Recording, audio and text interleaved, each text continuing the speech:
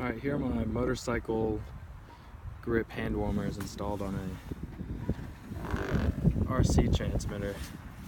So they're wired in parallel and they're supposed to run off 12 volts, which is perfect for a 3S battery.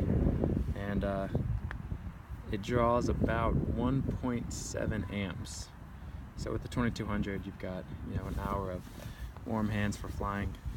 Your thumbs are what get cold the most, and obviously there's no contact with your thumbs, but the rest of your hand is warm enough to give some heat to your thumbs. It's held on with double-sided foam tape, easily removable, and I just put a little piece of Velcro on the back of my transmitter to hold the battery. And that is a very ugly liquid electrical tape insulation job there, but it works surprisingly well. $5 and